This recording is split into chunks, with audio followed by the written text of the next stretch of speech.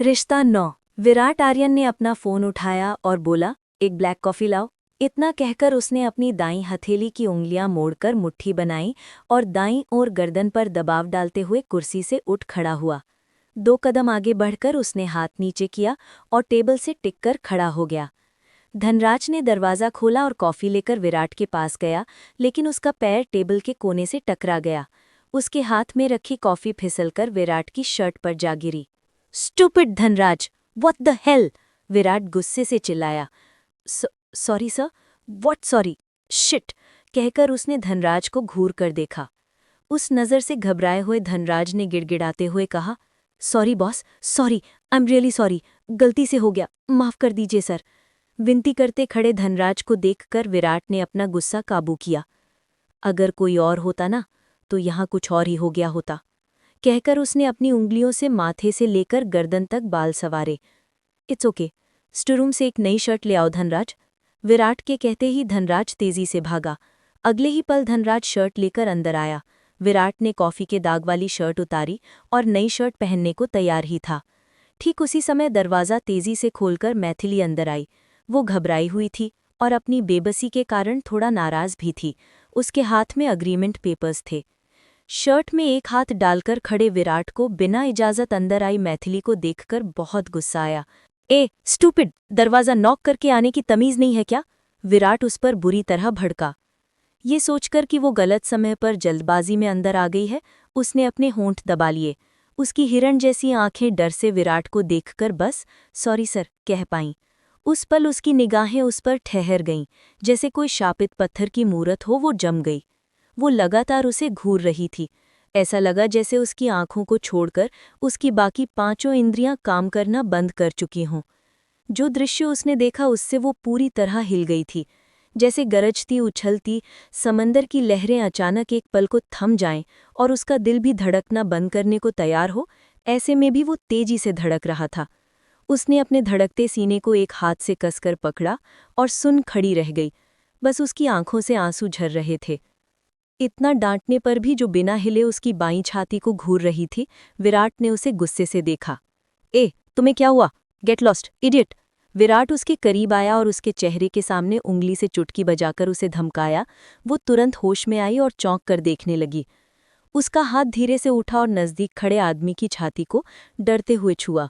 वह विवान? टूटी हुई आवाज़ में उसने उसे पुकारा।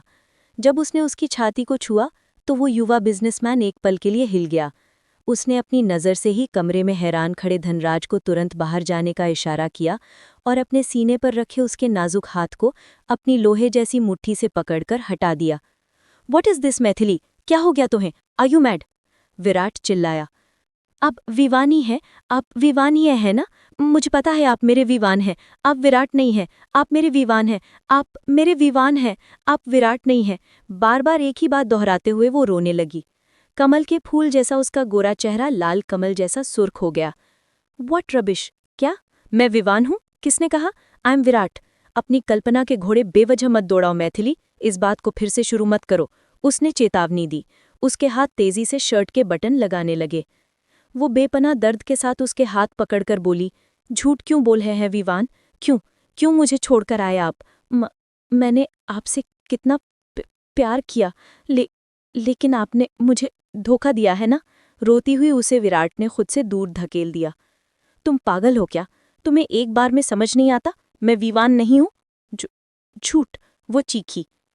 आप विवान नहीं विराट हैं, ये झूठ बोलते रहिए, लेकिन आपके सीने पर बना वो टैटू ही सच बता देगा विवान। ये टैटू, ये इसे मैंने हमारी शादी के दिन आपके सीने पर देखा था। मैं कोई बेवकूफ़ नहीं हूँ विवान, आप ही मुझे बेवकूफ़ बनाने की कोशिश कर रहे हैं। रोने से उसका शरीर हिल रहा था। विवान की छाती पर चाकू के साथ उड़ते हुए चील का टैटू उसने शादी के दिन देखा था। अब वही टैटू विराट की छाती पर देखकर उसका दिमाग और होश दोनों उड़ गए। ये कितना बड़ा धोखा है! इसने तो योजना बनाकर मुझे ठग लिया। ये सोचते हुए उसे लगा जैसे उसका शरीर आग में जल रहा हो। उसका सीना फटने वाला था। हो सकता है इस दुनिया में एक ही शक्ल के 7 लोग हों, लेकिन क्या टैटू भी एक जैसा होगा? क्या मैं इतनी बड़ी बेवकूफ़ हूँ? इतने सालों से जो मैंने दर्द सहा, क्या वो सब बेकार गया? क्या मैं इसकी सोची समझी साजिश का शिकार हो गई? जो मंगलसूत्र इन्होंने मेरे गले में बांधा, क्या वो महज एक धागा था? क्या हमारा विवाह एक दिन का रिश्ता था? क्या ये एक दिन का रिश्ता था? अपने मन में बुदबुदाते हुए वो जमीन पर गिरकर रोने लगी। मनहूस, बेजमीर जानवर हो तुम, अपनी शादीशुदा बीवी को विधवा बनाकर जैसे कुछ न हुआ हो विराट के नाम पर दुनिया को धोखा दे रहे हो तुम, धोखेबाज। दर्द ना सह पाने के कारण वो झरना बनकर रोने लगी। शट अप मैथिली, वो दहाड़ा। नहीं हो पाएगा विवान, मैं चुप नहीं रह सकती, मुझे बोलना है, मैं बोलूंगी। मैंने क्या पाप किया था जो मैंने आप पर भरोसा करके आपके हाथों मंगलसूत्र लिया? क्या मैं पागल थी? 3 साल से आपको याद करके बिंदी न लगाकर, फूल न पहनकर, किसी शुभ काम में न जाकर विधवा बनकर खड़ी हूं। मुझे क्या क्या जवाब देंगे आप? ऐसे धोखा दे दिया, ऐसे धोखा दे दिया। वो तड़प कर रो पड़ी। कुछ देर तक उसे घूरते रहे विराट का मन भारी हो गया, चेहरा सख्त हो गया। ये कौन होती है मुझे सवाल पूछने वाली? ये सोचकर वो ज्वालामुखी की तरह फटने को तैयार था। वो उसकी ओर गुस्से से झुका। Damn it, damn it, damn it, चिल्लाया और बोला, हाउ डे यू इडियट, मुझसे पलटकर बात करने की आदत मत डालो। उसकी आवाज़ ने एक बड़े खतरे का संकेत दिया, जिससे डरकर वो हिचकियां लेकर रोने लगी। ये महसूस करते हुए कि उसके आंसू उसे कमज़ोर कर रहे हैं, अगले ही पल वो अनकहे गुस्से के साथ तेजी से उस कमरे से बाहर निकल गया। इनमें से कौन सच कह रहा है? क्या वो विवान है या विराट? समय जल्द ही इसका जवाब देगा। रिश्ता 10। अपने ऑफिस रूम से तेजी से बाहर निकला विराट। ऐसा लग रहा था जैसे वो गहरे गुस्से को ओढ़े हुए है। उसका शरीर अकड़कर सख्त हो गया था। मैथिली की इल्जाम भरी निगाहें, उसका एक तरफा तरीके से पुकारना और उसके उग्र शब्द, सबने मिलकर उसे फटने वाले ज्वालामुखी में बदल दिया था। ऐसे धोखा दे दिया, विवान कहकर उसका रोना फिर से उसके कानों में गूंजा और उसकी मुट्ठियां कस गईं। जब मैथिली ने उसे अपना पति कहा और उसके शरीर को छुआ, तो एक पल के लिए उसके अंदर हमदर्दी की भावना जागी थी। शायद इसीलिए, क्योंकि वो उसके शब्दों के बहाव में बह गया था। उसके पास उसे न तो कठोरता से डांटने का मन था और न ही उसे स्वीकार करने की हिम्मत। इसलिए वो उस पल वहां से ऐसे निकल आया जैसे तूफान किनारे से गुजर रहा हो। उसकी मर्दानगी भरी शानदार काया कमान पर चढ़े तीर की तरह तनी हुई थी और उसका मन समुद्र की भयानक लहरों की तरह उफन रहा था। एक तरफ उसका दिमाग कह रहा था, तुम बेकसूर हो, वो जो भी आरोप लगा रहे हैं तुम्हें छू भी नहीं सकते। लेकिन उसका दिल कह रहा था कि ये बहुत बड़ी गलती है और उसे मुट्ठी में भींचकर दर्द दे रहा था। अपने अनियंत्रित मन से नफरत करते हुए विराट उस जगह पर पहुंचा जहां उसकी कार खड़ी थी। कार का दरवाज़ा खोलने की कोशिश में उसके हाथ अत्यधिक क्रोध से कांप रहे थे। उसने अपने अनियंत्रित हाथों को घूर कर देखा। Oh shit! क्या मैं भावनाओं को जगह देने वाला हूँ? मैं विराट, वो अपने मन में सोचा। लेकिन मैथिली की वो शब्द, आपने मुझे धोखा दिया, और उसके देखने के तरीके ने उसे असमंजस में डाल दिया था। ओ गॉड!